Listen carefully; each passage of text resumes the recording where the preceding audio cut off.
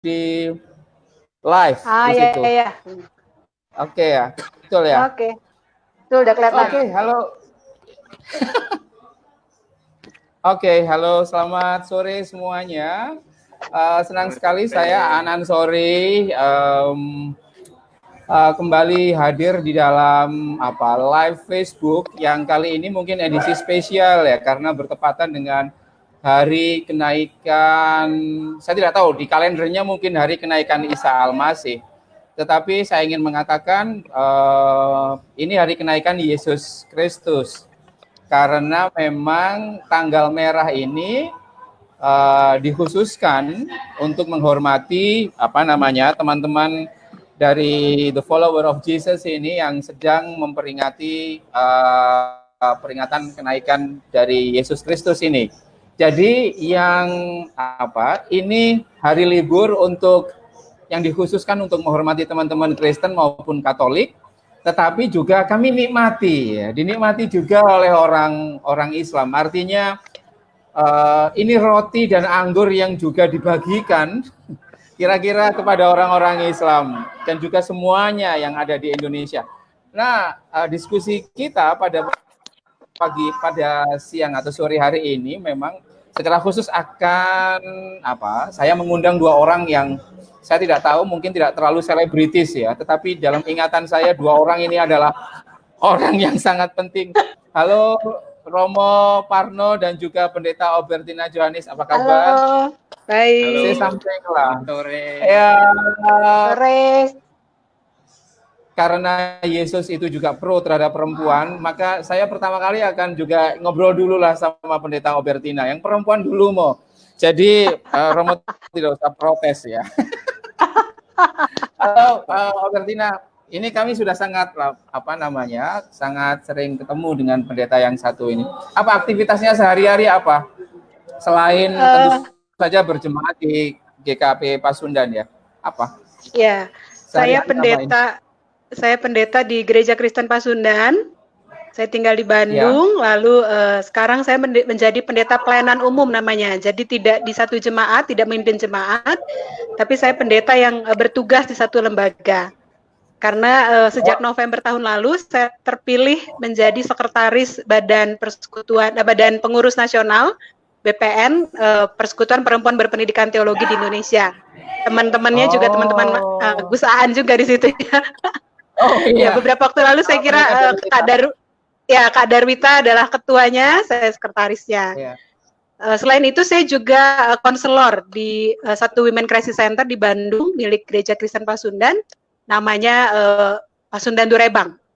Jadi apa itu Pasundan Durebang itu bahasa Korea, artinya My Sister's Place. Karena gereja yang menjadi gereja yang menjadi mitra kami di Korea punya krisis center yang sama, namanya Durebang. Jadi biasa kalau perempuan menjadi korban KDRT, mereka lari ke rumah saudarinya. Nah itu, jadi kami mau menjadi rumah itu. Tempat aman, kami punya shelter, kami punya konselor 5 orang, 2 diantaranya laki-laki, untuk mengintervensi para pelaku. Dan yang menarik adalah mungkin 70-80% klien kami yang berbeda agama. Oh, jadi diakses juga oleh orang-orang, oleh teman-teman Muslim juga ya? Muslim, bahkan saya kira 70% klien kami adalah teman-teman yang Muslim. Gitu. Mau sibuknya dan gerejamu nggak pernah crisis centermu nggak pernah distigma dan melakukan kristenisasi oleh banyak orang Islam? Memang ada juga sih, terutama dari para pelaku gitu ya, ketakutan itu. Atau pernah juga kami ada satu konselor kami itu digeruduk oleh keluarga pelaku karena si klien memang beda agama dan tinggal di shelter.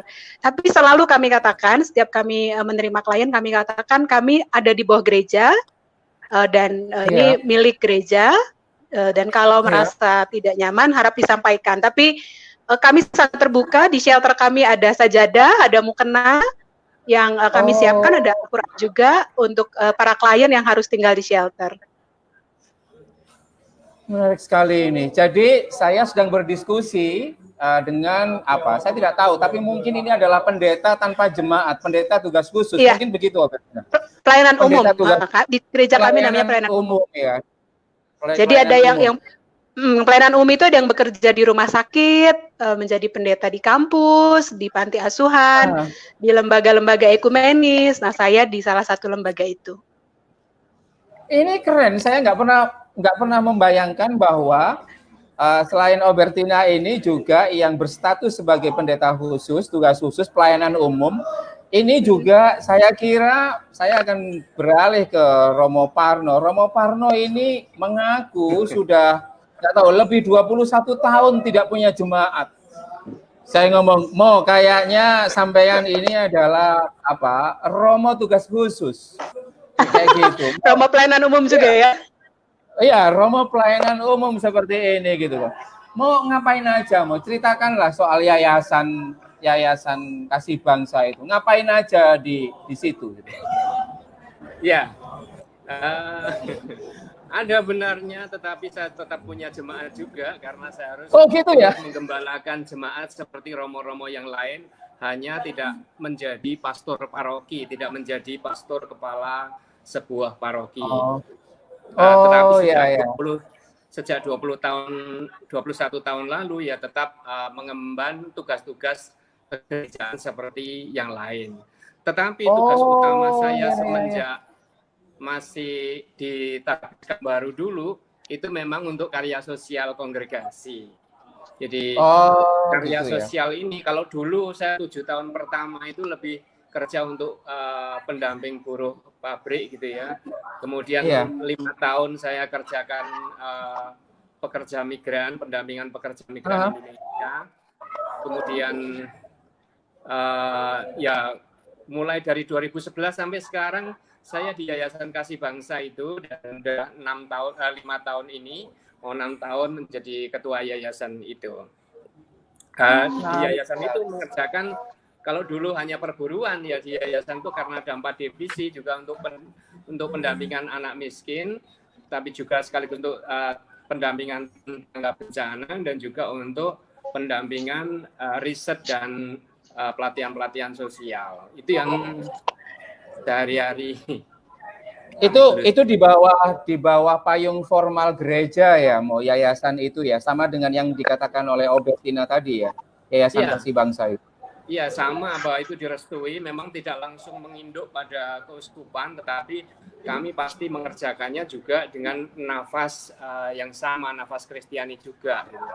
Tetapi memang manajemennya dalam kaitannya dengan kongregasi itu satu kelompok tertentu dalam tarekat gitu ya. Kalau saya sih mau ngerti kongregasi, saya nggak tahu Protestan ngerti atau tidak terkait dengan kongregasi itu ya. Mudah-mudahan.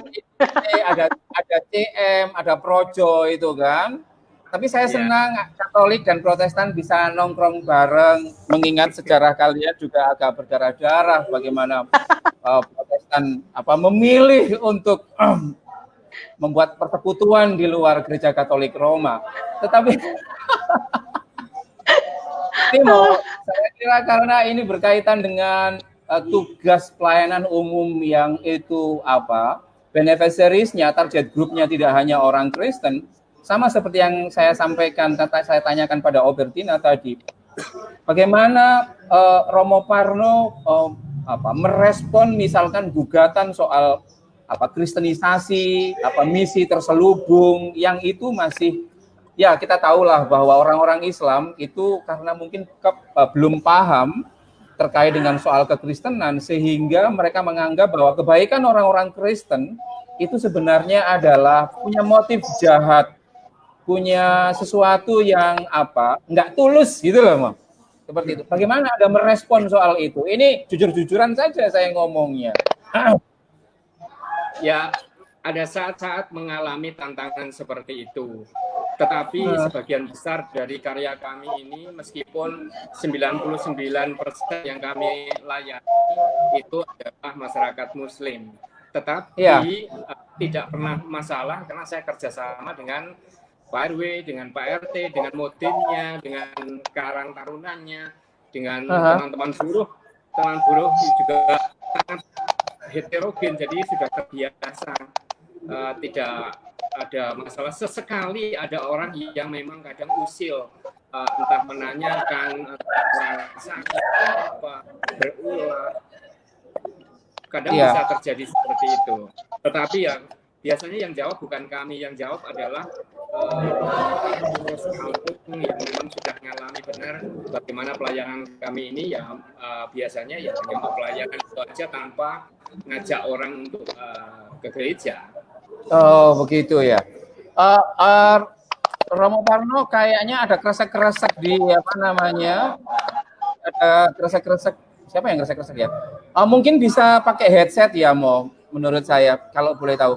Oke, kita sedang ngobrol soal kenaikan. Saya ini awam, orang Islam awam yang didoktrin secara klasik untuk tidak dekat-dekat dengan sesuatu yang berkaitan dengan gereja, salib, pendeta, dan lain sebagainya. Meskipun sebenarnya di dalam doktrin kami, sesungguhnya dalam doktrin kami, sosok Yesus, sosok Isa, itu juga mengokupasi sangat banyak cerita tentang itu, termasuk cerita soal kenaikan dari Yesus itu sendiri. Anggap saja ini saya sedang melintasi batas untuk nanya, karena biasanya kalau saya mulai nanya-nanya seperti ini, itu biasanya kalau orang Kristennya baperan dianggap sebagai ini jangan-jangan mau mendebat kami, mau menyalah-nyalahkan kami. Nah, di sisi lain ketika saya mulai nanya seperti ini dari aspek orang Islam, itu juga nggak suka. Kamu ngapain nanya-nanya soal itu ke orang Kristen? Jangan-jangan kamu mau tertarik ya, mau nyebrang kamu ya seperti ini. Tetapi justru topik ini yang menjadi menarik, bagaimana saya mengatasi stigma dan pidana soal conformity in group terkait dengan soal ini. Tapi ngomong-ngomong soal kenaikan Yesus Kristus ini sebenarnya ceritanya seperti apa begitu loh. Maksud saya itu cerita kenaikannya itu seperti apa dan maknanya seperti apa. Saya ini sedang sambil nyimak apakah ini sama dengan yang diajarkan ke kami atau tidak, kayak gitu. Saling mengintip seperti itu. Mungkin Bertina dulu, kalau dalam kerangka Protestan Pasundan, saya tidak tahu seperti apa. Meskipun Alkitabnya juga sama, tapi kan setiap orang punya pengalaman. Itu ceritanya kayak apa gitu kan? Yesus naiknya itu apakah together soul and his body, atau cuman only his soul, atau seperti apa seperti itu? Silakan ngobrol. Iya. Ya, terima kasih. Banyak. Ya. Iya, makasih Gus. Saya senang sekali waktu Gus Aan ngajak ngobrol soal ini ya. Karena ini penting. Jadi sebelum saya jawab pertanyaan itu, saya mau cerita dulu. Sejak 2012, gereja saya punya satu program namanya Youth Interfaith Camp. Jadi 2012 sampai sekarang berarti udah 8 tahun. Nah, di Youth Interfaith Camp itu kami undang sekitar 100 orang anak muda lintas agama, bahkan yang mengaku tidak beragama, untuk saling intip, dalam tanda petik ya, seperti yang tadi Gus Aan bilang. Jadi sengaja kami ciptakan soal teologi, termasuk soal saling intip soal teologi. Iya, jadi ini yang mau saya cerita. Jadi di hari pertama, selalu sesi pertama itu kami buat namanya kafe religi. Nah, kafe religi ini kami undang Kristen dari Protestan dan Katolik, romo-romo di Bandung, para pendeta, Islam pun seragam mungkin, ada Ahmadiyah, ada NU, ada Muhammadiyah, begitu juga yang Buddha, Nichiren dan segala macam. Semua hampir mungkin sekitar 10 meja kami sediakan. Dan anak-anak muda yang 100 orang itu dibagi ke dalam 10 kelompok, lalu mereka berkeliling ke meja-meja itu dan boleh bertanya apa saja, mengkonfirmasi informasi, mengoreksi apa saja yang mereka selama ini diajarkan dalam ajaran agama masing-masing. Termasuk soal Trinitas. Boleh nanya soal Trinitas apa yang membingungkan itu? Iya, betul. Dan saya senang sekali kalau saya jadi narasumber di meja Kristen bersama dengan Romo, itu sengaja saya bilang harus pendeta perempuan kalau bisa. supaya teman-teman gitu ya. bisa lihat perbedaannya gitu ya. Dan bahkan yang bertanya itu seringkali di dalam agama masing-masing juga, yang Kristen nanya, yang Protestan nanya ke Romo, yang Katolik nanya ke pendeta gitu ya, dan seterusnya. Jadi saya senang sekali, dan mungkin Gus An harus lebih sering nih bikin acara yang seperti ini.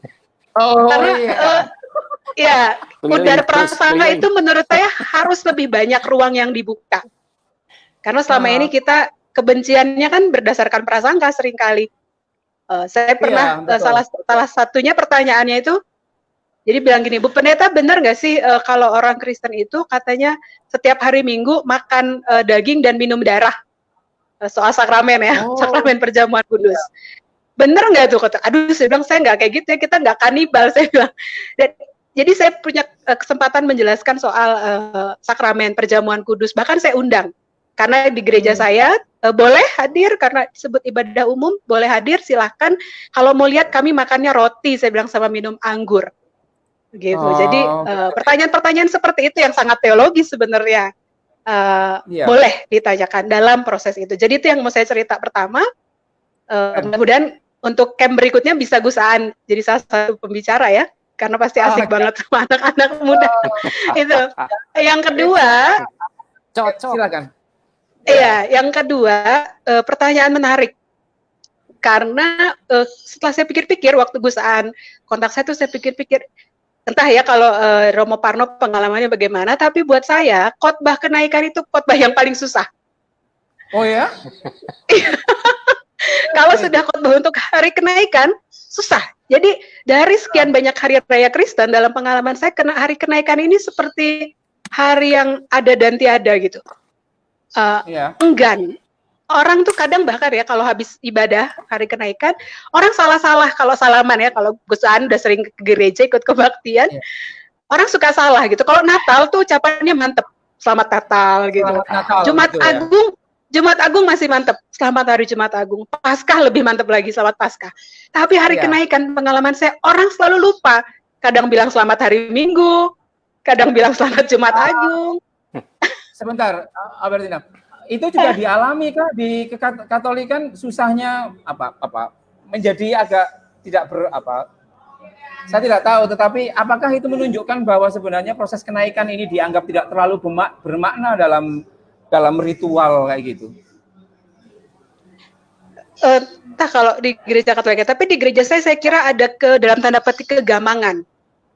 Oke. Saya coba cek di gereja saya sendiri ya, teologi kami sebenarnya gimana sih soal kenaikan, dan itu bisa dilihat dari khotbah-khotbah yang disiapkan misalnya ya. Dan saya pikir-pikir kebanyakan itu bicara soal Yesus yang pergi ke sorga dan menyediakan tempat untuk kami. Gitu. Gitu. Atau yang lain misalnya khotbah soal bahwa Allah itu sudah pergi, maksudnya Yesus itu sudah naik ke surga, tidak ada lagi di dunia, tapi pemeliharaannya tetap, yang seperti itu. Jadi saya kira belum ada satu yang ajak gitu ya dalam pengalaman saya.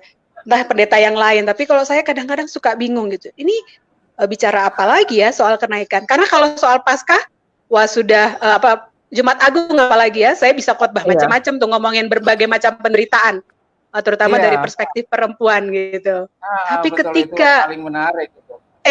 Ketika khotbah kenaikan itu saya sendiri seringkali gampang nih, saya mau ngomong apa soal kenaikan gitu ya. Atau cerita ke sekolah minggu misalnya ya gitu. Jadi kalau soal narasinya sendiri, saya kira Gus Aan bisa akses di Injil Lukas, di Kisah Para Rasul, di Injil Markus, itu ada kisah kenaikan. Dan itu menarik ya, waktu saya cek ulang, di Injil Markus dan Lukas pendek sekali cerita soal ini. Oh ya? Seperti sesuatu yang sambil lalu gitu diceritakan. Memang agak panjang sedikit di Kisah Para Rasul, tapi itu pun menurut saya masih menimbulkan banyak sekali pertanyaan. Saya kira itu dulu impresi awal, nanti yang lebih dalam bisa kita lanjutkan. Mungkin saya ingin dengar juga dari Romo soalnya. Jadi memang nggak seberapa jelas ya kalian. Di Al-Quran itu malah nanti aja deh. Nanti saya itu pertanyaanku soalnya, jangan diambil. saya tidak tahu, tetapi apakah Alkitabnya orang-orang Protestan itu nggak sama dengan Alkitab yang lain, atau bagaimana pengalaman? Podo. Oh, podo ya mau ya. Oke, podo. Gimana mau? Kalau di dalam Katolikan seperti apa? Mbak Bettina minta maaf kalau sesekali muncul bahasa Jawa dari mulut saya karena saya melihat ini sering keluar bahasa Jawa. Nggak apa-apa, nanti Gus Aan yang translate. Saya sadar kalau audiensnya juga banyak yang tidak berbahasa Jawa. Jadi nggak apa-apa mau. Ya kalau yang pertama-tama saya mau berbicara hal yang paling simpel tentang kalender. Iya. Saya itu senang sekali bahwa kalender kita itu tanggal merah. Bukan karena libur, tetapi menunjukkan penghormatan yang serius pada hari raya ini. Dan kalau melihat konteksnya kita ini di negara Indonesia, berarti penghormatan tanggal ini bukan hanya oleh orang Kristiani, bisa seperti juga oleh orang lain. Nah, saya mencoba merenungkan atau melihat agak akar budaya gitu ya. Apa yang membuat hari kenaikan Tuhan ke surga ini, kenaikan Yesus ke surga ini menjadi begitu berarti secara kultural gitu. Iya. Rupanya ini memang hal biasa orang di katakan di Indonesia ini, di Nusantara ini, kalau dianggap suci itu sudah biasa kalau kemudian ada istilah muksa atau naik ke surga atau masuk ke alam yang bukan lagi alam inkarnasi tapi alam kembalinya orang dari inkarnasinya gitu. Saya mendengar kalau katakan kalau Bu Bettina ini di Pasundan gitu ya, saya dengar Prabu Siliwangi itu juga diceritakan moksa.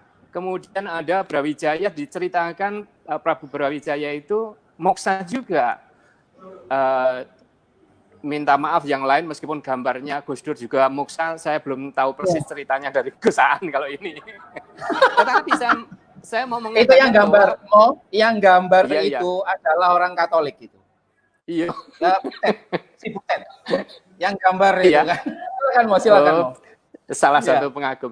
Jadi secara kultural bagi kita itu sangat biasa atau menghormati orang yang dianggap ilahi kemudian muksa itu adalah hal yang sangat wajar. Nah, dari sinilah saya bersyukur bahwa kalender kita menjadi kalender yang secara kultural juga dihormati oleh siapapun. Saya nggak peduli istilahnya di situ kenaikan Isa Al-Masih atau apa, bagi saya ya kenaikan Yesus. Bagi saudara-saudari yang muslim menyebut kenaikan Isa Al-Masih, saya juga menerima dengan gembira. Di mulut saya juga nggak janggal sama sekali untuk mengucapkan. Itu kalau berbicara tentang kalendernya dan juga kebudayaannya. Sebentar kalau saya mau konfirmasi ke Bettina. Moksa paham ya, itu sudah masuk di KBBI soalnya. Oke, silakan Mo. Silakan Mo, teruskan. Ya, kalau melihat apa yang ada di dalam catatan kitab suci, saya harus mengatakan soal panjang pendeknya betul seperti yang dikatakan oleh Mbak Bettina tadi, bahwa memang catatannya itu pendek.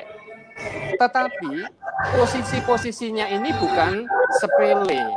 Ditaruh kalau misalnya di Injil Matius itu di 28 paling ujung. Paling ujung pantas kalau ditanyakan paling awalnya seperti apa. Paling awalnya Injil Matius itu akan ketemu dengan paling akhirnya Injil Matius juga. Apa itu?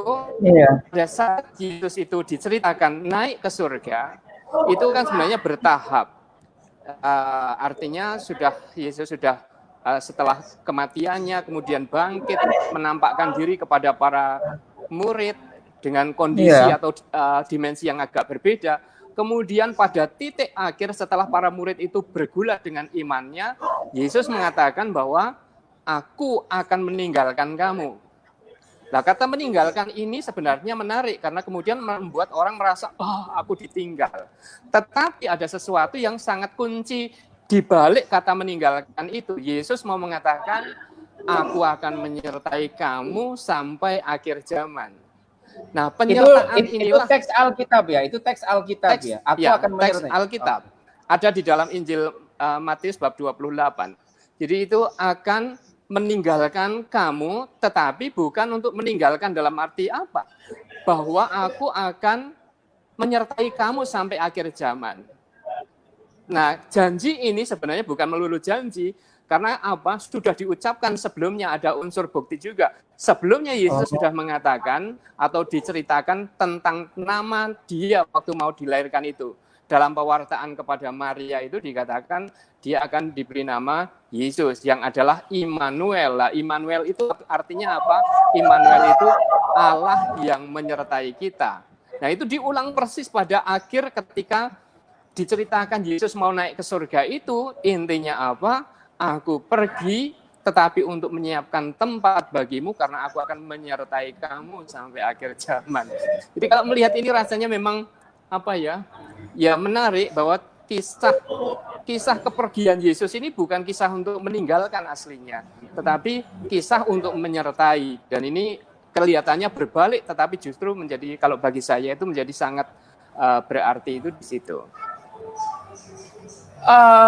Oke. Mau sebentar sebelum saya ngomentari, Iya. Saya nggak nyangka Romo Parno itu ternyata cukup menguasai Alkitab ya. Ini apa namanya, maksud saya begini. Albertina, maksud saya begini ya. Bukan, maksud saya begini. Orang Katolik itu kan beda dengan orang Protestan. Ini tanggapan saya sebagai Islam yang enggak apalagi belajar soal kekristenan ya. Di Protestan itu kan titik-titik kutip ayat, titik-titik kutip ayat gitu kan. Kalau di Katolik itu kan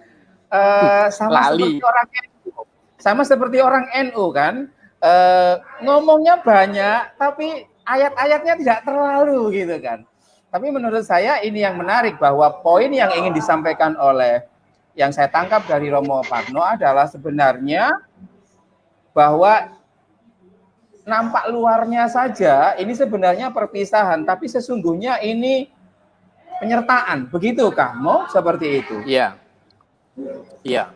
Dan tadi waktu saya juga memberi renungan pada kelompok kecil yang ada di sini, saya juga lebih menekankan hal itu, terutama ini pas banget kalau mau berbicara tentang peristiwa kenaikan pada era COVID ini.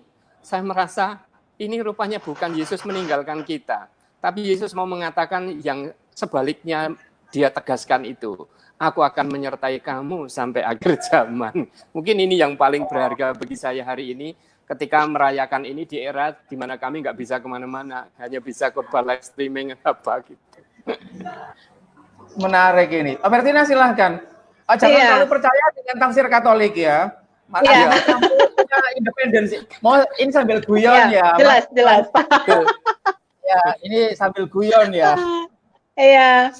Iya, jadi kuliti ya. Silahkan. Ya, jadi seperti yang tadi saya bilang ya, jadi bertahun-tahun begitu menurut saya ini satu hari raya yang tidak semarak yang lain dirayakan. Kalau khotbah pun gampang gitu mau khotbah apa. Tapi saya ditolong sebenarnya oleh teman-teman, oleh para dosen di SD Jakarta. Teman-teman yang mau lihat lebih dalam bisa cari IG-nya Pak Yowas. Baru tadi malam beliau juga bicara soal ini, soal kenaikan dalam perspektif Trinitarian. Lalu IG-nya Wow Ministry, di situ Mas Nindyo yang lagi studi di Amerika juga ngomong soal ini. Dan ini yang meneguhkan saya sebenarnya ketika saya mau lagi menghayati kenaikan ini maknanya apa sih buat saya gitu ya. Karena selama ini yang sering kali saya dengar atau saya khotbahkan adalah soal Yesus yang naik ke surga, yang sudah menyelesaikan karyanya di bumi, lalu kembali ke tempat di mana dia datang, dan kita ditinggalkan bersama-sama dengan Roh Kudus. Jadi saya biasa kalau khotbah ini, saya katakan memang dia tidak ada lagi di sini, dia sudah naik ke surga, tetapi Roh Kudus senantiasa ada dan menyertai. Saya juga sering merujuk Matius 28 yang tadi Romo sampaikan ya, bahwa kita disertai tidak untuk pasif, tetapi untuk aktif melakukan atau melanjutkan karya-karyanya di dunia itu. Itu yang biasanya umum saya khotbahkan kalau kenaikan. Tapi saya punya perspektif baru sekarang setelah mendengarkan penjelasan Mas Nindyo, penjelasannya Kak Yowas, soal yang tadi pertanyaan Mas Gus Ani itu ya, yang naik itu tubuhnya aja atau jiwanya aja gitu atau gimana? Jadi saya mendalami teologi tubuh, tesis saya soal teologi tubuh, insight dalam perspektif Islam dan Kristen, dan salah satu pertanyaan saya selalu adalah bagaimana kalau saya memakai mata perempuan korban kekerasan seksual yang tubuhnya sudah hancur, sudah dirusak, memaknai ulang hari-hari raya, bahkan memaknai ulang sakramen, khususnya sakramen perjamuan kudus. Gitu, di mana tubuh itu diperlihatkan secara gamblang, apalagi masa raya Jumat Agung ya, hari Jumat Agung, di mana seringkali banyak tubuh yang berdarah-darah itu ditampilkan gitu. Nah jadi saya mau berbagi apa yang Kak Yowas sampaikan kemarin, itu menurut saya ini bisa cocok gitu ya dengan saya mau pakai perspektif ini. Jadi dalam kekristenan perdebatan yang lama itu selalu terjadi kan, Yesus itu Allah atau manusia? Iya. Mungkin nanti Gus Aan juga bisa cerita ya. Dalam Islam ini sebenarnya dilihatnya gimana nih ya? Kan itu percakapannya. Tapi kalau kita lihat ke belakang, sebenarnya di Konsili Chalcedon tahun 451, dan itu juga yang saya yakini sampai sekarang, bahwa Yesus yang punya tubuh manusia itu, dia 100% Allah, 100% manusia. Sehingga ketika dia lahir melalui Maria, dia itu saatnya, jadi gitu deh, tidak bisa dipisahkan gitu. Dia Allah tapi juga dia manusia. Begitupun waktu dia menderita. Dan kalau dia hanya Allah, ini ketika peristiwa salib, kalau dia hanya Allah dan dia menderita, dia tidak bisa mewakili penderitaan saya sebagai manusia. Tetapi kalau dia hanya manusia, ketika dia disalib, dia tidak bisa menolong saya untuk mengatakan penderitaan saya ini tertanggungkan karena Allah bersama dengan saya. Jadi saya meyakini itu, saya percaya bahwa Yesus Kristus adalah 100% Allah, tapi pada saat yang sama 100% manusia. Dan itulah juga yang terjadi pada kenaikan. Yang naik itu keseluruhan dirinya. Oh, jadi tubuh fisiknya dan the whole being sebagai manusia gitu. Dan kenapa ini penting menurut saya? Karena selama ini yang dikritik oleh teologi tubuh, perspektif feminis ya. Manusia kan seringkali dipecah antara tubuhnya dan jiwanya, tubuh dan rohnya dipisah. Yang roh itu dianggap hal-hal yang lebih suci, hal-hal yang lebih baik. Sedangkan tubuh dianggap sesuatu yang rusak, sesuatu yang jelek, atau bahasanya Julia Kristeva yang abjek ya, yang asing gitu, yang aib, yang harus dijauhkan gitu. Sehingga perempuan yang diidentikan dengan tubuhnya, dia dilekatkan pada dosa dan sebagainya. Atau misalnya dalam Islam mungkin nanti Gus bisa cerita juga ya, fitnah gitu, tubuh perempuan itu fitnah yang bisa mendatangkan dosa. Nah jadi saya sekarang ini lebih pada perspektif itu, bahwa Yesus yang naik itu adalah Yesus yang sepenuh-penuhnya Allah tapi juga sepenuh-penuhnya manusia. Dan Kak Yowas dalam penjelasannya kemarin ini yang juga menguatkan saya, membuat saya memperjelas gitu ya, apa sih makna kenaikan Yesus Kristus untuk saya, bahwa ketika dia pergi, itu yang tadi saya kira persis dikatakan oleh Romo, ada paradoks yang kompleks ya, dia pergi tapi dia tinggal gitu. Nah, itu kan aneh sebenarnya. Tapi itu menarik gitu. Jadi dia yang pergi itu sebenarnya dia yang selalu ada juga gitu. Dia yang selalu tinggal. Kalau banyak orang Kristen ya, ketika dulu pun saya begitu waktu belum bertobat ya, belum punya perspektif baru.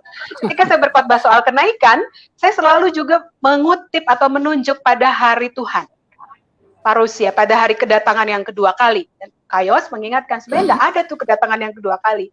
Karena kalau ada yang kedua kali berarti ada yang pertama kali gitu ya. Jadi dia tidak ada, dan di Alkitab sebenarnya tidak ada konsep second coming. Yang ada adalah seperti yang tadi Roma bilang, dia selalu datang, ever coming. Dan dia selalu ada. Dan itu menarik karena mengoreksi banyak imajinasi orang Kristen menurut saya soal kedatangan Tuhan yang kedua. Kan ada juga yang mengatakan di mana dia, karena di teks Markus disebut atau di Kisah Rasul disebut, seperti kamu melihat dia pergi, begitu juga lah dia akan melihat kamu datang. Jadi lokasi bagi sebagian orang mungkin menjadi sesuatu yang penting, dihitung-hitung, dicari-cari, di mana ya waktu itu dia naik, lalu mungkin di situ juga dia akan datang, atau bagaimana dia naik ya. Kalau di Kisah Rasul kan digambarkan ada awan-awan, lalu dia terangkat ke surga. Apakah dia juga turunnya akan begitu gitu, datangnya akan begitu? Nah, sekarang saya punya perspektif yang baru, itu tidak penting lagi gitu.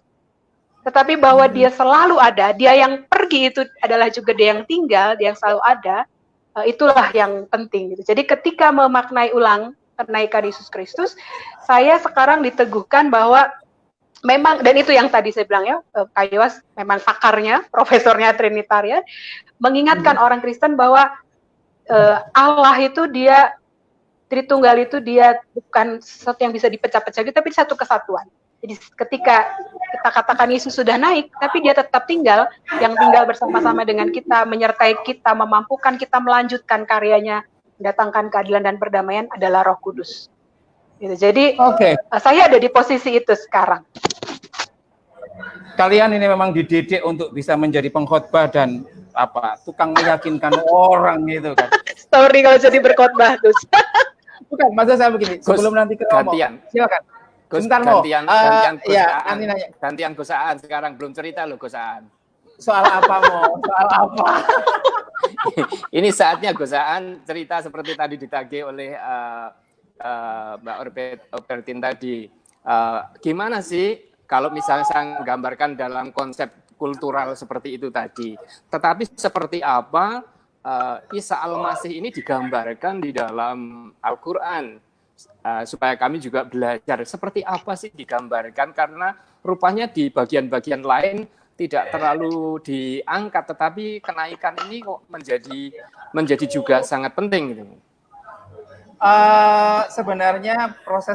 Sebenarnya ini, Mo, saya tidak tahu, saya juga lagi proses untuk mengenali model keagamaan saya, termasuk ketika saya mulai menstudi soal Al-Quran. Sungguh pun saya sekitar 7-8 tahun di pesantren, tetapi karena memang cuman pindah tidur saja, nggak benar-benar berstudi, maka kemudian menjadi menarik. Jadi dalam pemahaman saya itu kan membincang soal Yesus itu ada banyak chapternya ya, banyak chapternya. Misalkan chapter ketika ia dalam proses menuju lahir itu banyak sekali. Ada narasi khusus di dalam Al-Quran, namanya Quran Surat Maryam, itu ada sekitar 5-16 ayat di dalam surat tersebut yang memang cerita detail soal kronologi bagaimana Maria menderita, bagaimana ia bertemu dengan Jibril, Roh Kudus, bagaimana ia, menurut saya menarik. Kemudian ada proses soal penyalipan, dan kemudian ada proses soal kenaikan, ada proses lagi tentang datang yang kedua kali. Jadi misalkan bisa menjadi 4 mata kuliah yang saya kira menjadi yang menarik. Tapi yang ingin saya katakan begini, Mo, sebelum nanti dan Albertina soal ini. Saya kira kata Isa di dalam Al-Quran itu disebut banyak sekali, lebih dari 30-an kali. Saya kadang-kadang membayangkan dengan kata Muhammad sendiri, itu jauh melampaui. Saya bilang begini, ini kok aneh ya, saya bilang begitu kan. Saya tidak tahu, saya lagi crawling soal itu, kenapa nama Isa yang dalam hal ini saya memaknainya sama dengan Yesus, hanya karena perbedaan saja. Misalkan kalau di Medan itu kan sepeda motor itu kan namanya kereta kan. Iya, kereta kan. Kalau di Jawa itu kan kereta yang lain, meskipun sebenarnya subjeknya itu adalah sama seperti itu. Nah, yang saya kira menarik begini, sebenarnya di kami peninggalan Quranik yang seperti itu nggak pernah dibincang. Sungguh pun di Al-Quran itu sangat banyak sekali, nggak pernah dibincang. Kenapa kok seperti itu? Saya kira, mau kresek-kresek mau? Ya, karena saya kira memang, karena soal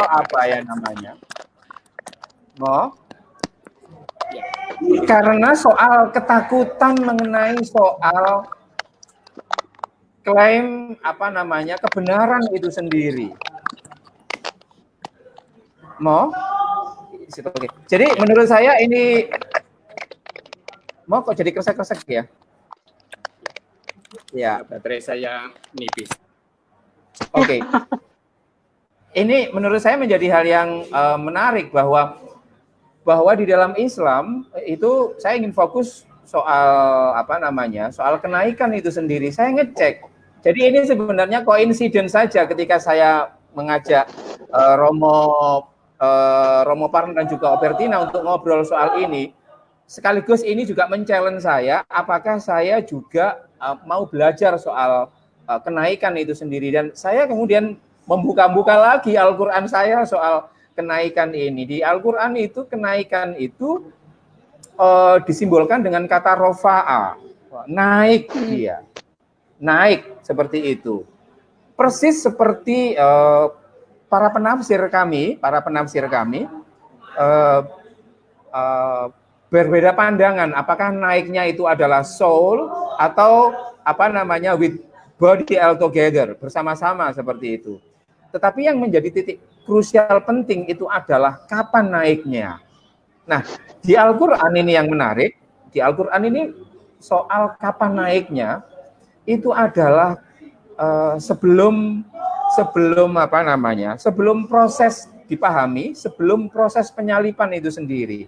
Jadi kalau di kekristenan itu kan setelah disalib, kemudian diturunkan, dikubur, dia bangkit, setelah bangkit kemudian mungkin jalan-jalan beberapa hari, mungkin saya tidak tahu ya. Lalu kemudian naik seperti itu. Jadi kalau penandanya adalah setelah penyalipan atau sebelum penyalipan, di kami itu dipahami itu sebelum. Nah, sebelum proses penyalipan itu sendiri. Saya agak biasanya kalau orang Islam itu fokus soal penyalipannya sendiri tanpa memandang perlu soal kenaikan sebelum atau sesudahnya. Tetapi setelah saya mendengarkan penjelasan dari Ober dan juga Romo Parno menyangkut soal tafsir soal kenaikan, bahwa ini adalah ditinggal tapi sebenarnya masih tetap penyertaan. Jadi ditinggal tapi terus disertai seperti itu. Nah, sebenarnya saya ingin memaknainya begini, bahwa mungkin Islam ini, Al-Quran ini punya model konsep menyayangi Isa ini yang agak berbeda dengan bagaimana cara pandang kekristenan seperti itu. Sehingga Sehingga ia diangkat sebelum proses penyalipan. Sebab begini, secara teologi itu begini, kami tidak bisa melihat orang yang dianggap sebagai kekasih Tuhan itu kemudian menderita dan dipermalukan seperti itu. Konsep teologi kami teologi penderitaan itu belum cukup di-crawling dalam teologi kami, sehingga kami ingin menyelamatkan quote-unquote Jesus dignity itu dengan cara agak mengingkari soal proses penyalipan itu sendiri. Moga-moga ini bisa ditangkap ya. Moga-moga ini bisa ditangkap. Seperti itu. Yeah. Jadi ini seperti begini ya. Ini seperti saya membayangkan seorang ibu yang harus menceritakan kepada anaknya yang masih kecil, bagaimana menceritakan anaknya yang masih kecil ini yang dianggap tidak bisa menerima kenyataan bahwa ayahnya meninggal secara tragis. Maka ia akan ngomong, enggak, Nduk, bapakmu iki ora mati, bapakmu iki lunga ado engko balik. Ia tidak menceritakan. Bahasa Jawa, ayo. Ya. Ngerti, ayo. Ngerti kok. Ditolong oleh Roh Kudus mengerti. Oh. Jadi saya katakan begini ya. Ini pemaknaan saya loh ya. Ini pemaknaan saya. Ini saya tidak tahu. Saya ingin mengatakan begini.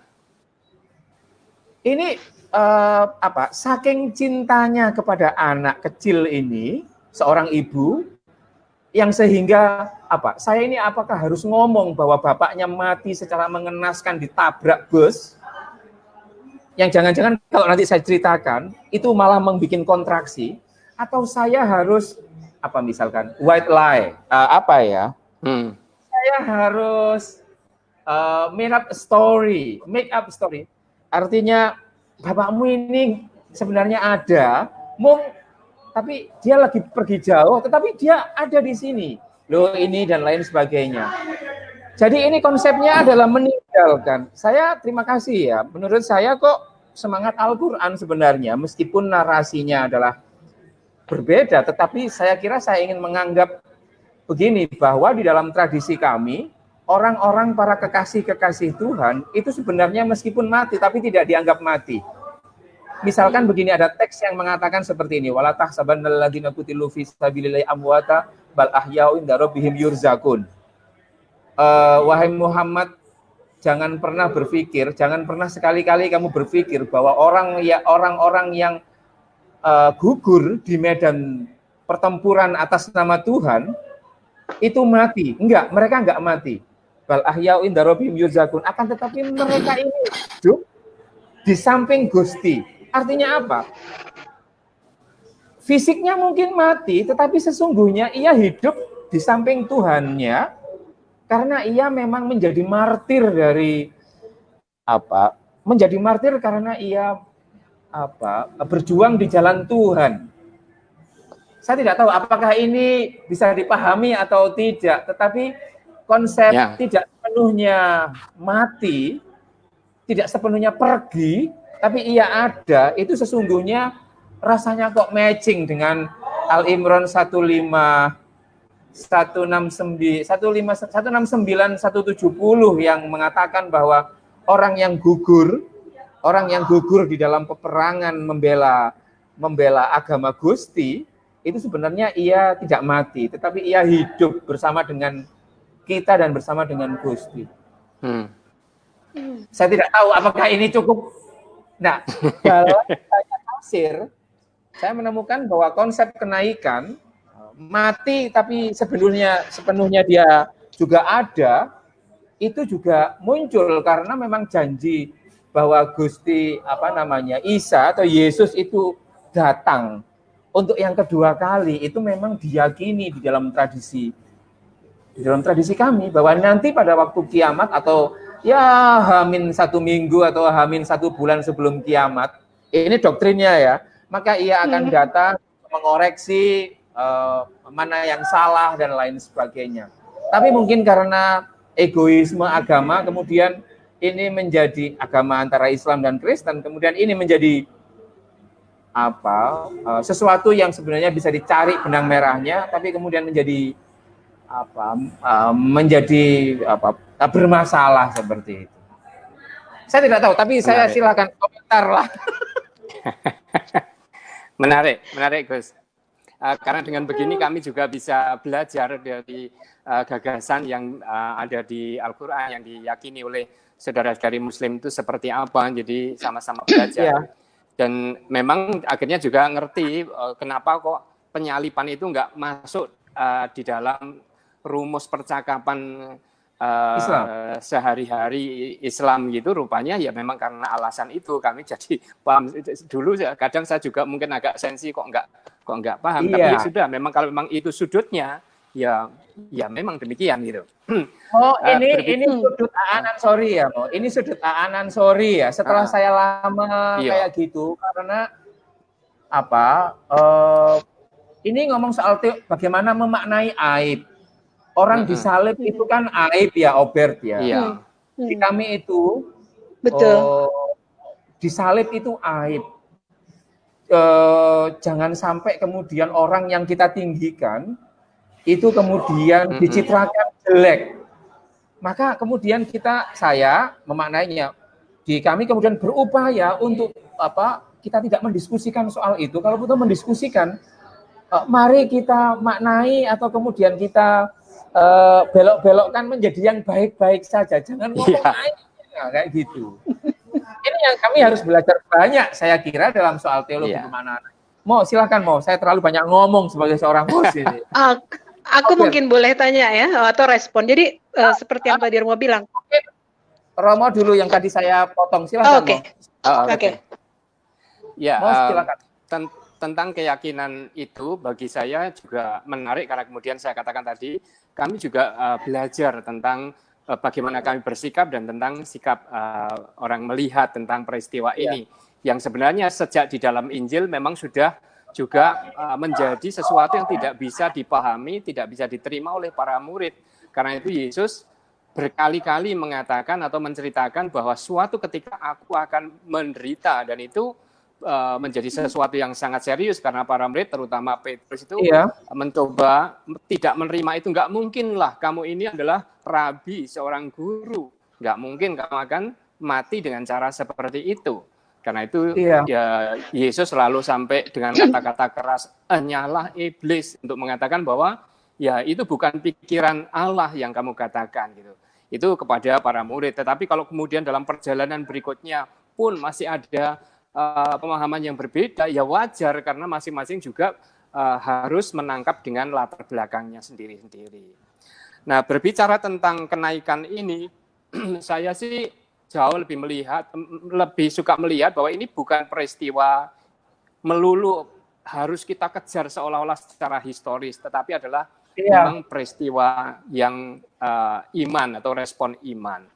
Nah, tadi ketika Mbak Obertin tadi berbicara tentang tempat, itu juga menarik karena ini di Tanah Suci itu, di Yerusalem dan sekitarnya, di Israel itu, semua tempat situs yang dianggap bersentuhan dengan Yesus pada zaman Yesus, itu diperbaiki sedemikian rupa.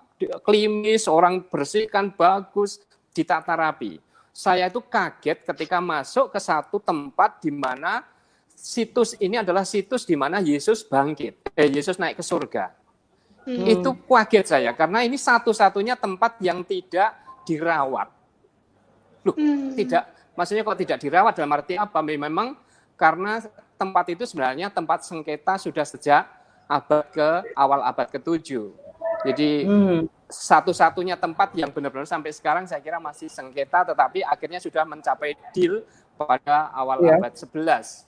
Atau abad 12, awal abad 12 mencapai deal. Dulu tempat ini kan sudah dibangun pada akhir abad 4 oleh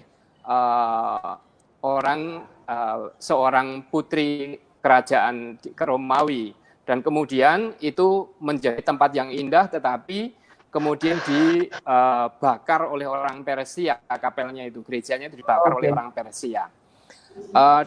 Dalam pertempuran itu akhirnya muncul lagi renovasi, dibakar lagi, renovasi, dibakar lagi.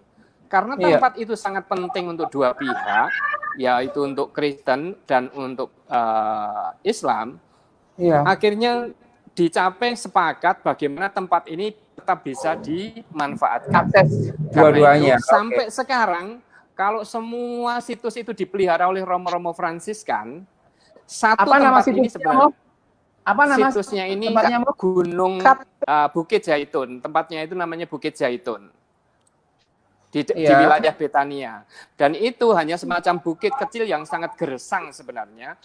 Tetapi kemudian menjadi penting secara historis dianggap oleh dua pihak ini, makanya dicapailah deal untuk memelihara ini. Memelihara tempat ini dengan cara kepemilikan tetap milik orang Islam. Sampai sekarang. Jadi tempat kenaikan Yesus itu kepemilikannya, tanahnya milik orang Islam. Tetapi pengelolaannya diserahkan untuk ziarahnya orang-orang Kristen, orang Katolik dan juga orang-orang Protestan sama. Jadi karena itu tempat ini memang agak berbeda. Kalau semua tempat lain itu dirawat sedemikian rupa, tempat ini memang kurang terawat. Ya, tetapi justru di sini bagi saya mengingatkan bahwa kenaikan Yesus bukan persoalan yang harus kita perdebatkan secara historis, benar apa enggak, naiknya bagaimana, anginnya waktu naik bagaimana, mataharinya pas di mana. Menurut saya enggak perlu terlalu detail, karena sebenarnya pada akhirnya kami juga menghayati ini sebagai sebuah peristiwa iman. Kalau tadi peristiwa penyertaan Tuhan yang sepanjang masa, ini yang kedua dalam perspektif komunitas. Tuhan rupanya sudah sangat percaya bahwa jemaat perdana yang dirintisnya itu, yang dididik selama 3 tahun itu akhirnya sungguh-sungguh bisa menjadi orang yang mampu menceritakan peristiwa kebangkitan dan terus bercerita dan kemudian bisa mewartakan itu. Karena itu Yesus tidak lagi istilahnya nongkrongi, bahasa kita mungkin ya, nongkrongi bersama secara fisik, tapi lu menyertai dengan rohnya. Jadi kalau Oke, silakan Mo. Terus Mo, apakah ini Bukit Zaitun itu Mo? Pinter nih. Tempatnya juga canggih Gusaan. rasanya bukan, karena tempatnya sangat sederhana. Coba klik saja misalnya Ascension of Jesus, di situ kalau misalnya buka di Wikipedia itu atau apa gitu, akan muncul juga kapelnya atau yang sangat simpel. Ukurannya kecil sekali. Kalau di tempat lain besar-besar, ini kecil sekali, cuma 12 kali 12 meter. Kecil sekali untuk orang ziarah juga berdesak-desakan. Jadi ini, tetapi saya mengatakan ini untuk lebih menegaskan bahwa ya bagi kami memang ini adalah peristiwa yang selalu mungkin ditanyakan secara historis. Kami nggak menyangkal karena justru ini yang ditulis di dalam Alkitab. Tetapi kami melihatnya ini bukan sekedar untuk menjadi semacam bukti historis, tetapi menjadi peristiwa iman, bukan soal peristiwa historisnya, tapi peristiwa imannya itu yang kami, kalau saya sendiri lebih tertarik karena melihat begitu. Soal peristiwa iman gitu ya. Bertina? Ya. Jadi itu tadi ya, saya kembali ke dalam perspektif teologi tubuh, sebenarnya kenaikan ini justru harusnya jadi sangat penting. Karena tadi saya sudah bilang, ketika saya percaya bahwa Yesus yang naik adalah Yesus yang whole being, tubuhnya dan juga keseluruhannya sebagai manusia, dengan seluruh luka-lukanya, kita tahu dalam peristiwa penyalipan ya, ada beberapa luka di tubuhnya, dan itu naiknya itu tubuh yang udah terluka itu, tubuh yang sudah mati lalu sudah bangkit, tubuh yang sudah berdarah-darah itu, maka peristiwa kenaikan sebenarnya mau mengatakan bahwa bagi Allah, tubuh yang terluka itu penting. Tubuh yang terluka yang selama ini oleh manusia dihindari, oleh manusia dianggap sesuatu yang abjek ya, dalam bahasanya Kristeva yang aib gitu, apalagi luka-luka kekerasan seksual, dalam pandangan Allah melalui peristiwa kenaikan, justru tubuh itu diterima di sorga gitu kira-kira.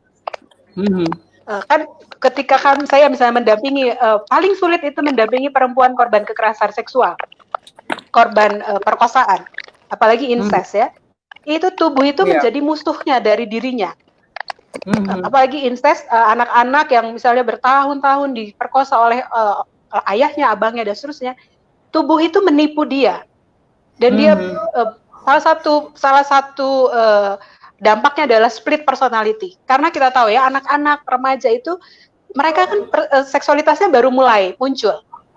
Lalu diperkenalkan secara paksa kepada kenikmatan seksual oleh orang yang dia tahu mestinya nggak melakukan ini kepada saya. Dan itu bertahun-tahun, tidak pernah ada incest yang hanya sehari 2 hari, 12 tahun, 18 tahun, kadang-kadang baru terbuka ketika si perempuan hamil, maka tubuhnya itu menjadi musuhnya. Dan kita pasti sering baca juga, korban perkosaan itu salah satu kecenderungannya adalah mandi setiap ketika habis diperkosa. Karena dia merasa tubuhnya kotor. Tubuhnya aib gitu. Tetapi dalam peristiwa kenaikan yang saya yakini Yesus itu naik keseluruhannya termasuk luka-lukanya, maka tidak ada lagi pemisahan antara yang dalam tanda petik rohani dengan yang duniawi, yang suci dengan yang berdosa gitu ya. Karena tubuh yang terluka itu diterima di sorga. Tubuh yang terluka itu penting dalam pandangan Allah. Tubuh yang terluka itu sesuatu yang kudus juga jadinya buat saya. Jadi sekarang saya memaknai kenaikan Yesus Kristus seperti itu. Jadi bukan lagi soal tempatnya, bukan lagi soal bagaimana dia naiknya, bagaimana soal peristiwanya itu, tetapi dalam perspektif teologi tubuh saya melihatnya kenaikan Yesus Kristus setelah penderitaannya, setelah kematiannya dan kebangkitannya adalah salah satu tanda, salah satu simbol bahwa tubuh, terutama tubuh perempuan dan lebih khusus lagi tubuh perempuan yang rusak atau yang hancur oleh kekerasan seksual itu dalam pandangan Allah dia juga berharga gitu, dia juga berarti. Saya lupa itu salah satu pernah ada satu drama atau puisi ya yang Maria, nama tokoh utamanya itu Maria Magdalena, seorang pelacur yang sudah berpenyakitan dan sebagainya, atau naskah drama saya tidak terlalu ingat. Lalu satu kali dia berjumpa dengan satu sosok yang dalam tafsiran saya itu adalah sosok Yesus yang berada bersama dengan perempuan itu lalu bahkan menciumi luka-lukanya. Jadi buat saya sekarang peristiwa kenaikan itu seperti itu gitu. Kalau dalam peristiwa penderitaan, peristiwa Jumat Agung itu adalah peristiwa yang penuh luka, peristiwa yang berdarah-darah. Tetapi peristiwa kenaikan buat saya sekarang adalah peristiwa di mana luka-luka itu sekarang dibawa oleh Yesus ketika dia ke surga. Gitu. Jadi yang duniawi itu dia juga berada bersama dengan yang surgawi. Jadi dia seperti apa ya, satu yang bolak-balik gitu. Ketika tadi dikatakan paradoks ya, dia yang pergi tapi dia yang menyertai, itu berarti yang dari surga itu ada di bumi. Tapi ketika saya memandangnya dari perspektif teologi tubuh, yang di bumi ini juga sekarang ada di surga gitu, dibawa ke surga. Tubuh yang terluka oleh kekerasan seksual itu juga sekarang ada dalam hadirat Allah, ada dalam pandangan Allah, ada dalam penghormatan surgawi yang saya yakini. Jadi sekarang saya memandang atau merefleksikan kenaikan Yesus itu juga seperti itu. Nah tadi sebenarnya pertanyaan saya untuk Gus Aan ya, saya jadi mengerti karena selama ini kan seringkali kematian Yesus itu disebutnya hoax. Iya. Peristiwa Jumat Agung itu hoax katanya, banyak seringkali itu yang saya dapat juga waktu di kafe religi, teman-teman Muslim tanya, emang benar Yesus yang mati ya? Karena diajarinnya tuh katanya digantikan. Oleh orang lain gitu ya, oleh muridnya. Nah, itu jadi saya itu sebenarnya nggak tunggal. Islam itu nggak tunggal. Itu cara pandang mainstream. Pandang mainstream. Tapi yang menarik, ini kenapa kok saya pancing di sini? Ya, ini nama Edi Zulkarnain, dia Gus Durian Jombang. Dia orang JAI, Jemaah Ahmadiyah Indonesia. Teman-teman JAI itu karena dia JAI, itu meskipun teksnya sama, Al-Qur'annya sama, tetapi mereka memaknainya berbeda, bahkan sampai pada kesimpulan ini. Dalam konsep kenaikan ke tiang salib, saya itu karena Edi Zulkarnain ini orang JAI, Jemaah Ahmadiyah Indonesia, saya itu artinya teman-teman JAI berpandangan bahwa benar Yesus dinaikkan ke tiang salib. Artinya ia memang mengalami hal-hal seperti itu. Jadi mungkin kalau ini diketahui oleh orang-orang Sunni yang tidak terlalu suka secara politis dengan Ahmadiyah, itu malah memperuncing karena doktrinnya mengenai soal penyalipan itu menjadi berbeda. Tapi yang ingin saya katakan bahwa doktrin mainstream di dalam tradisi Sunni, ya, tidak tradisi Sunni, artinya Islam itu kan secara teologi kan dibagi kira-kira menjadi 4 besar ya. Pertama adalah Sunni yang terbesar, kedua adalah Syiah, ketiga adalah Ahmadiyah, yang keempat adalah Khawarij. Seperti itu, Khawarij yang sekarang sudah habis. NU, FPI, Muhammadiyah, dan lain sebagainya itu masuk di dalam Sunni, dalam tradisi Sunni, seperti itu. Tapi menurut saya begini, yang ingin saya katakan dalam konsep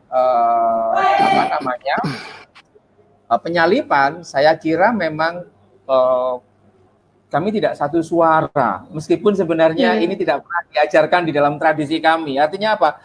Berbagai ragam pandangan itu tidak diajarkan kepada kami. Tapi saya kira saya ingin mengatakan bahwa ini mungkin menjadi PR kita untuk membuat satu talk show lagi menyangkut soal bukan soal kenaikan ya, tapi soal penyalipan ya. Apakah ini hoax dan lain sebagainya ini kan, karena kita sedang ngomong soal kenaikan itu sendiri. Ya Allah, ini ternyata udah lebih lebih dari ini. Tapi yang ingin saya katakan, saya tidak tahu, tapi diskusinya menarik sekali. Tapi kita harus akhiri. Ini pertanyaan terakhir sekaligus closing.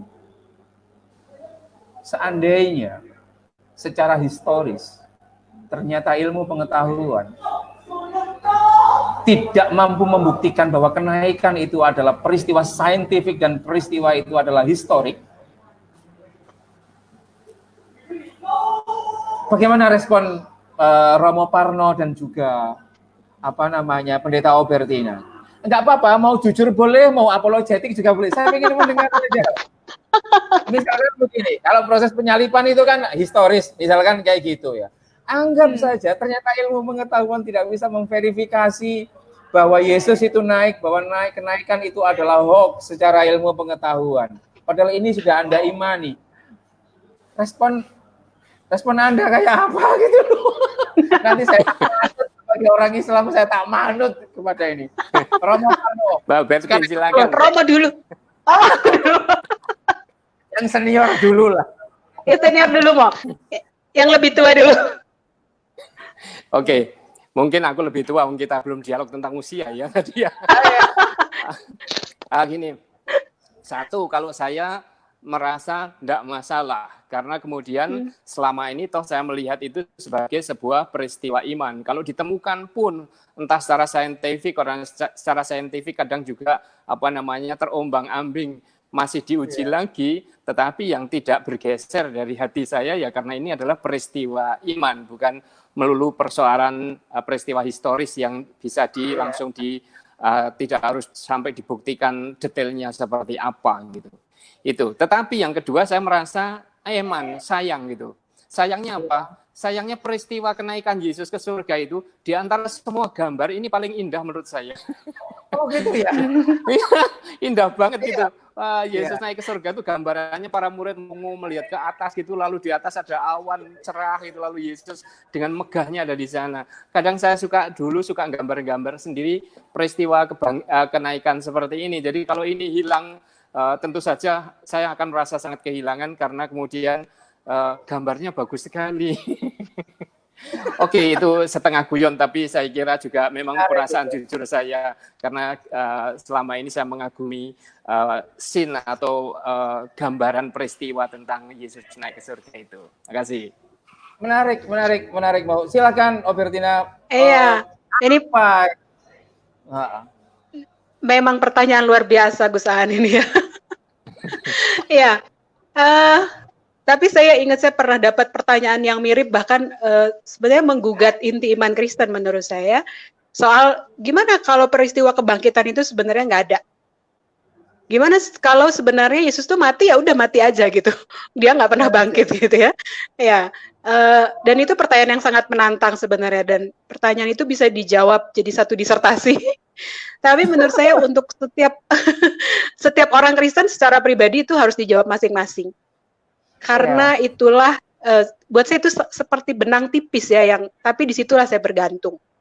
Jadi buat saya, posisi saya, bahkan kalau cerita bahkan dari Yesus lahir sampai dia mati, sampai dia bangkit, sampai dia naik ke surga, itu bukan sesuatu yang ilmiah, bukan sesuatu yang saintifik, tapi saya sudah percaya itu sejak dulu, dan rasanya saya belum mau meninggalkan gitu sampai sekarang. Gitu. Jadi sekali ya kamu ini. karena ini menurut saya ini yang penting. Ketika bicara soal kenaikan, kita nggak bisa berhenti soal kenaikan. Justru yang penting dalam refleksi saya juga adalah sesudah itu. Gitu. Kalau kita baca dalam Injil, dalam kisah para rasul, maksud saya itu penting sekali, karena setelah bahkan murid-murid yang melihat Yesus hidup, Yesus berkarya, Yesus mati, bangkit dan naik ke surga, mereka masih takut. Ketika mereka harus keluar untuk melanjutkan apa yang sudah mereka lihat dan mereka alami. Gitu. Jadi buat saya, kalau semua itu tidak ada atau bukan hal yang ilmiah, lalu pada apa saya bergantung? Bagi saya, kalaupun cerita Yesus itu fiksi, gitu ya, kalaupun itu fiksi, sebuah novel akan tetap menginspirasi saya, menjadi bara dalam hati saya, menjadi motivasi saya untuk melanjutkan apa yang saya kerjakan sekarang. Terus menjalin dialog dengan teman-teman yang berbeda, terus terbuka dan merangkul segala keragaman, terus memperjuangkan keadilan dan hidup tanpa kekerasan. Jadi menurut saya itu yang penting sebenarnya. Oke, terima kasih Romo Parno. Saya tidak tahu saya harus dan juga Ober bagaimana menutupnya. Tetapi kira-kira 3 atau 2 Ramadan yang lalu, saya menyertai Bu Sinta Nuriyah Wahid, berkeliling sahur dan buka bersama. Romo mendengar suara saya ya? Oke, seperti itu. Minta maaf tadi error. It's okay. Pernah suatu ketika Bu Sinta itu bilang seperti ini, kata siapa Gus Dur itu meninggal? Gus Dur itu masih bersama saya, kemana-mana sama saya. Gitu kan. Saya mikir ini, mohon maaf bagi Ciganjur ya, saya mikir, ini kalau yang ngomong bukan Bu Sinta, mungkin sudah dianggap gila ya. Maksudnya dalam arti, ini jelas sudah meninggal. Ya. Tetapi kemudian beliau memaknainya bahwa Gus Dur itu selalu bersama dengan dirinya kemanapun. Gitu kan.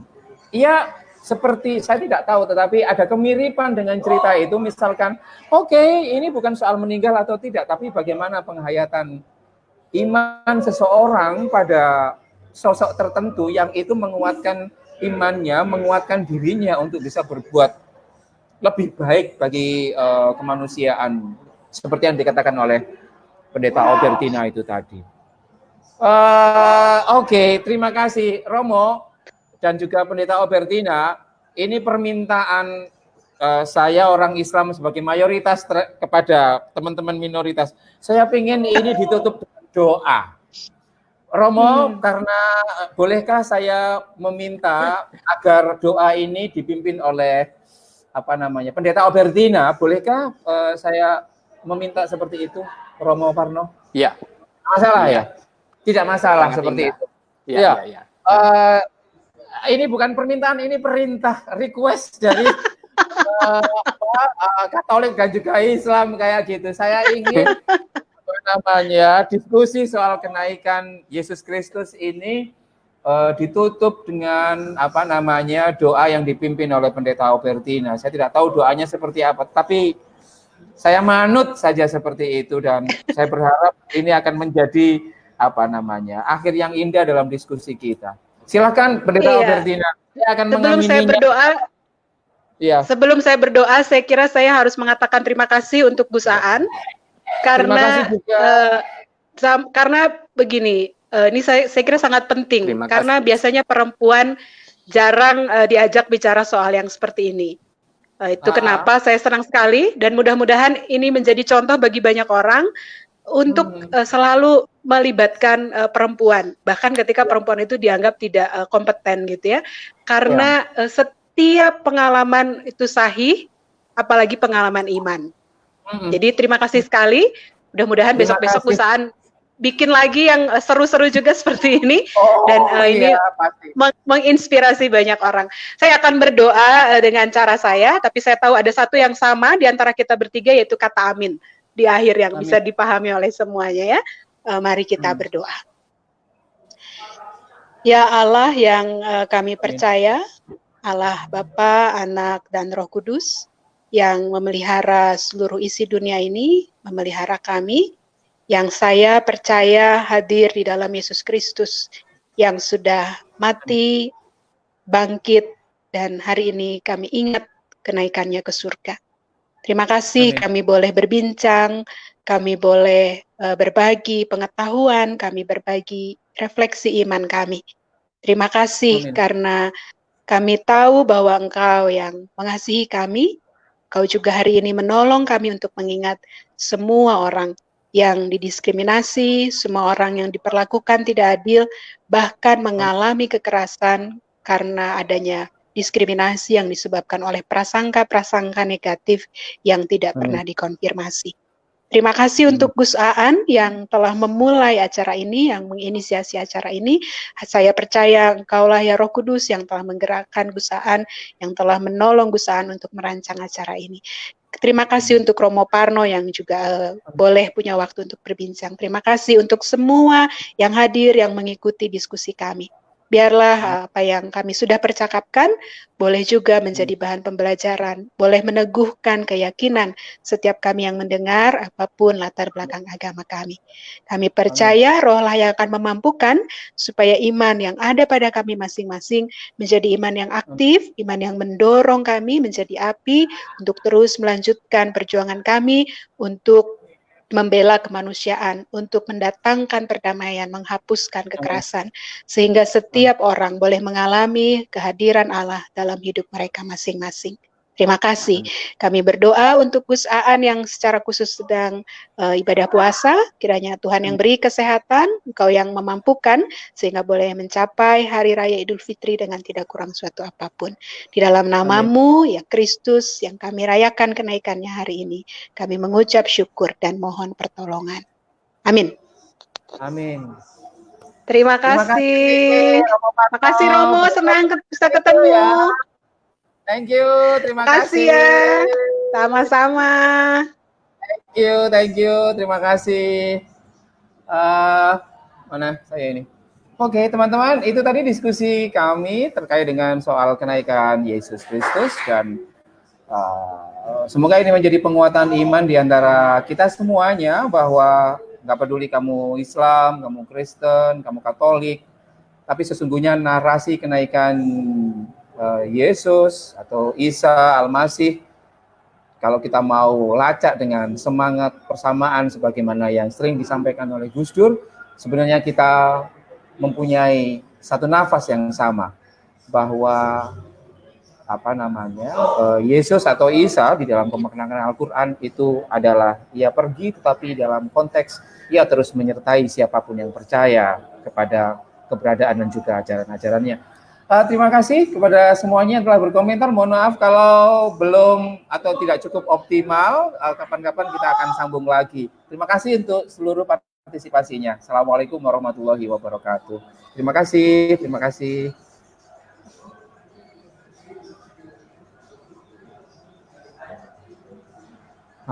Ini